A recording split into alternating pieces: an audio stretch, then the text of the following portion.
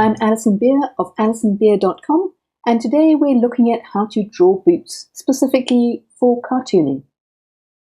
Today we're looking at how to draw specifically ladies' boots, and we are going to look at three different things. First of all, we're going to look at the best angles to draw them from. We're going to look at key features that you really need to include, and then we're going to look at optional extras which you might want to have if you want a more detailed look. Let's start with this angle, which is one that we often tend to draw from. I've put it on the left-hand side for a comparison, and also on the right-hand side where I've put in some line work. So you can see, as if we look at the left-hand side here, this is a face-on view, and we know from drawing faces, from drawing bodies, that this is the least dynamic view, and we can see it again with boots. These are high-heeled boots, but we can just see the toe, and because of the reflections, the wrinkles, the buckles, the floor line, we can see what's going on here. But as soon as you start trying to draw it, it's quite featureless. You've got effectively straight legs without putting in the wrinkle detail, without putting in these buckles around the ankles, without putting in the reflections. It's very difficult to get much reality into these boots. So they're going to look bland from this angle. So now we have a completely different view. This is the perfect profile view, side on. And as you can see, it gives us a lot more to work with. So whereas a side profile with the face is rather dull, with the boots it is better. It's still not dynamic, but it gives us some features. So we can see that the heel is taking on a life of its own as a component of the shoe. We also can see that the sole of the shoe is obvious, and the way that it curves up at the toe. We've still got the reflections, we've still got the wrinkles and the buckles, which will add some extra features if we need them, but the shoe itself has a lot more shape. It's not just an amorphous mass. Here you can see we've got the best of both worlds. So we've got this leg pretty much in side profile, this one more in three-quarter profile. And as you can see, our key features, now if you haven't realized yet, the key features are the sole.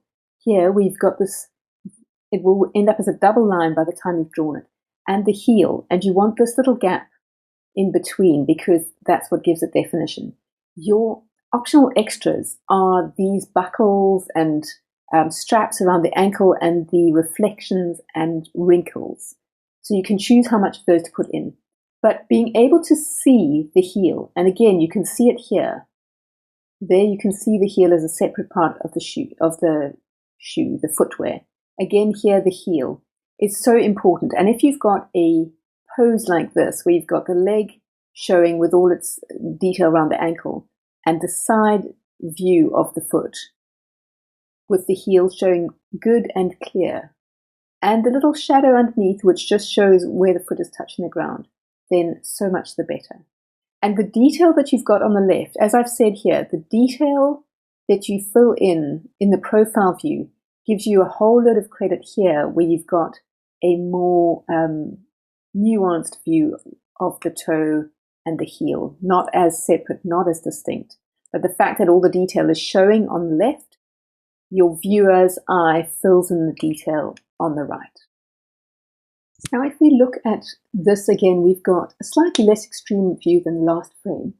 But once again, we can fill in some detail because we can see it more clearly here, the heel and the sole, filling in detail on the left here, which ends up giving us some credit on the right.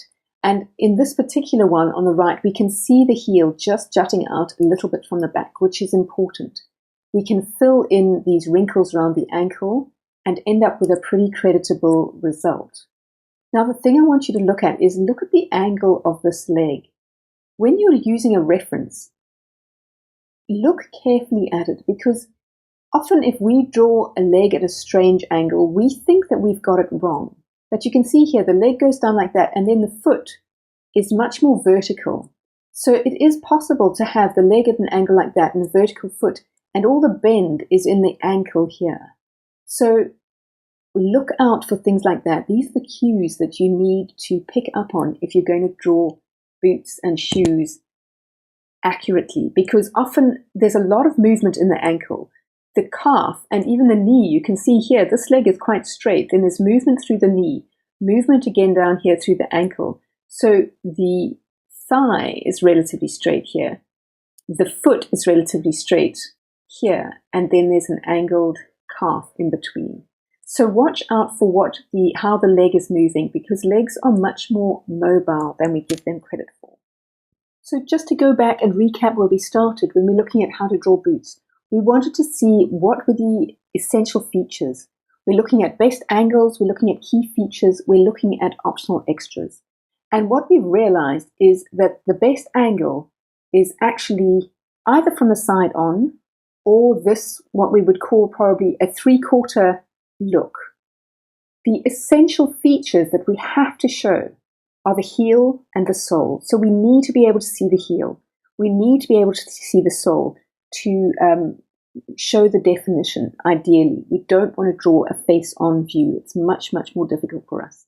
And then our optional extras are the wrinkles, the reflections, and the buckles and straps that we can fill in if we want a more detailed look. Did you like this video? If you did, please give it a big thumbs up on YouTube and subscribe to my channel there. And if you'd like even more tips and things that I only share on email, head on over to my website, www.alisonbeere.com, and sign up for email updates. Thank you so much for watching. I'll see you here next time.